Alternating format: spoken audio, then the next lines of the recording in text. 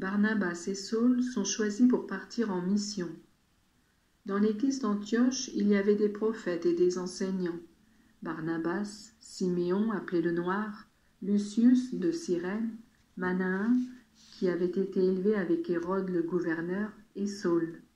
Un jour, pendant qu'ils célébraient le culte du Seigneur et qu'ils jeûnaient, le Saint-Esprit leur dit « Mettez à part Barnabas et Saul pour accomplir l'œuvre à laquelle je les ai appelés. » Alors ils jeûnèrent et prièrent, puis posèrent les mains sur eux et les laissèrent partir.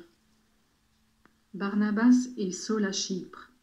Barnabas et Saul, ainsi envoyés par le Saint-Esprit, se rendirent à Séleucie, d'où ils partirent en bateau pour l'île de Chypre. Quand ils furent arrivés à Salamine, ils se mirent à annoncer la parole de Dieu dans les synagogues juives. Ils avaient avec eux Jean-Marc pour les aider.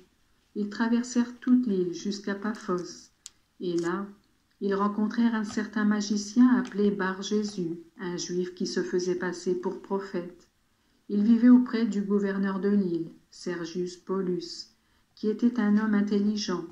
Le gouverneur fit appeler Barnabas et Saul, car il désirait entendre la parole de Dieu. Mais le magicien Élymas, c'est ainsi qu'on traduit son nom en grec, s'opposait à eux et cherchait à détourner de la foi le gouverneur. Alors Saul, appelé aussi Paul, rempli du Saint-Esprit, fixa son regard sur lui et dit « Homme plein de ruse et de méchanceté, fils du diable, ennemi de tout ce qui est bon, ne cesseras-tu jamais de vouloir fausser les plans du Seigneur? Maintenant écoute, le Seigneur va te frapper, tu seras aveugle et tu ne verras plus la lumière du soleil pendant un certain temps. » Aussitôt les yeux d'Élymas s'obscurcirent, et il se trouva dans la nuit. Il se retournait de tous côtés, cherchant quelqu'un pour le conduire par la main. Quand le gouverneur vit ce qui était arrivé, il crut.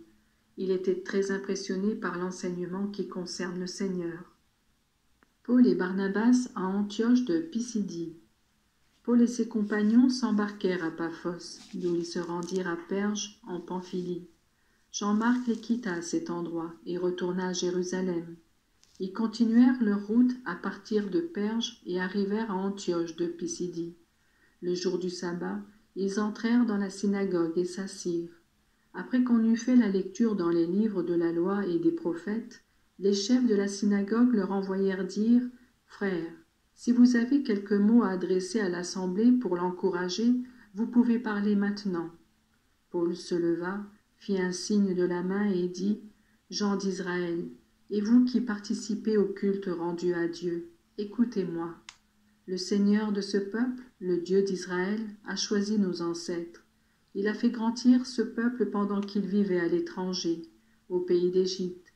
Puis il l'a fait sortir d'Égypte en agissant avec puissance. Il le supporta pendant environ 40 ans dans le désert.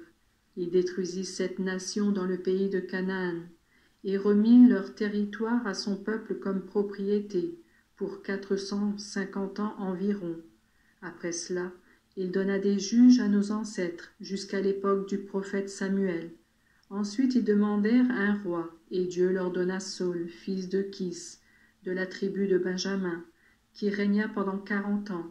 Après avoir rejeté Saul, Dieu leur accorda David comme roi. Il déclara à son sujet « J'ai trouvé David, fils de Jessé. Cet homme correspond à mon désir, il accomplira tout ce que je veux qu'il fasse. » L'un des descendants de David fut Jésus, que Dieu établit comme sauveur pour le peuple d'Israël, ainsi qu'il l'avait promis. Avant que Jésus vienne, Jean avait prêché en appelant tout le peuple d'Israël à changer de comportement et à être baptisé. Au moment où Jean arrivait à la fin de sa vie, il disait « Qui pensez-vous que je suis? Je ne suis pas celui que vous attendez, mais écoutez, il vient après moi et je ne suis pas même assez bon pour détacher les sandales de ses pieds. » Frères, vous les descendants d'Abraham, et vous qui êtes ici pour participer au culte rendu à Dieu, c'est à nous que ce message de salut a été envoyé. En effet, les habitants de Jérusalem et leurs chefs n'ont pas compris qui est Jésus, et n'ont pas compris les paroles des prophètes qui sont lues chaque jour de sabbat. Mais ils ont accompli ces paroles en condamnant Jésus. Et quoiqu'ils n'aient trouvé aucune raison de le condamner à mort, ils ont demandé à Pilate de le faire mourir. Après avoir accompli tout ce que les Écritures avaient annoncé à son sujet, ils le descendirent de la croix et le déposèrent dans un tombeau. Mais Dieu l'a ramené de la mort à la vie. Pendant de nombreux jours, Jésus est apparu à ceux qui l'avaient accompagné, de la Galilée à Jérusalem, et qui sont maintenant ses témoins pour parler de lui au peuple d'Israël. Nous-mêmes, nous vous apportons cette bonne nouvelle. Ce que Dieu avait promis à nos ancêtres, il l'a accompli maintenant pour nous, leurs descendants, en ramenant Jésus à la vie, comme il est écrit dans le psaume 2. « C'est toi qui es mon fils, à partir d'aujourd'hui je suis ton père. » Dieu avait annoncé qu'il le ramènerait de la mort à la vie, pour qu'il ne retourne plus à la pourriture. Il en avait parlé ainsi. « Je vous donnerai les bénédictions saintes et sûres que j'ai promises à David. » C'est pourquoi il affirme encore dans un autre passage « Tu ne permettras pas que ton fidèle pourrisse dans la tombe. » David, lui, a servi en son temps le plan de Dieu, puis il est mort. Il a été enterré auprès de ses ancêtres et a connu la pourriture. Mais celui que Dieu a ramené à la vie n'a pas connu la pourriture. Frères, vous devez le savoir. C'est par Jésus que le pardon des péchés vous est annoncé. C'est par lui que quiconque croit est libéré de tous les péchés dont la loi de Moïse ne pouvait vous libérer. Prenez garde donc, afin qu'il ne vous arrive pas ce que les prophètes ont dit. Regardez Jean plein de mépris, soyez saisis d'étonnement et disparaissez, car je vais accomplir de votre vivant une œuvre telle que vous n'y croirez pas, si quelqu'un vous la racontait. » Quand Paul et Barnabas sortirent de la synagogue, on leur demanda de revenir au prochain jour du sabbat pour parler de ce même sujet. Après la réunion, beaucoup de Juifs et de gens qui s'étaient convertis à la religion juive suivirent Paul et Barnabas. Ceux-ci leur parlaient et les encourageaient à demeurer fermement dans la grâce de Dieu.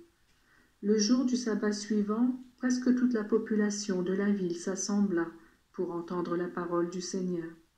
Quand les Juifs virent cette foule, ils furent remplis de jalousie. Ils contredisaient Paul et l'insultaient. Paul et Barnabas leur dit alors avec assurance « Il fallait que la parole de Dieu vous soit annoncée à vous d'abord. Mais puisque vous la repoussez et que vous ne vous jugez pas digne de la vie éternelle, eh bien nous irons maintenant vers ceux qui ne sont pas juifs, car voici ce que nous a commandé le Seigneur.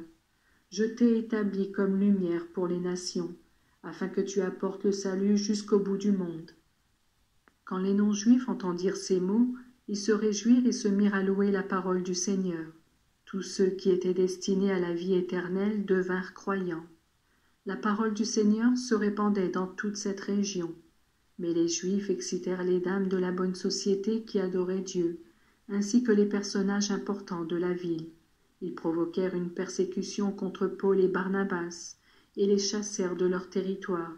Les deux hommes secouèrent contre eux la poussière de leurs pieds, et se rendirent à Iconium. Les disciples à Antioche étaient remplis de joie et du Saint-Esprit.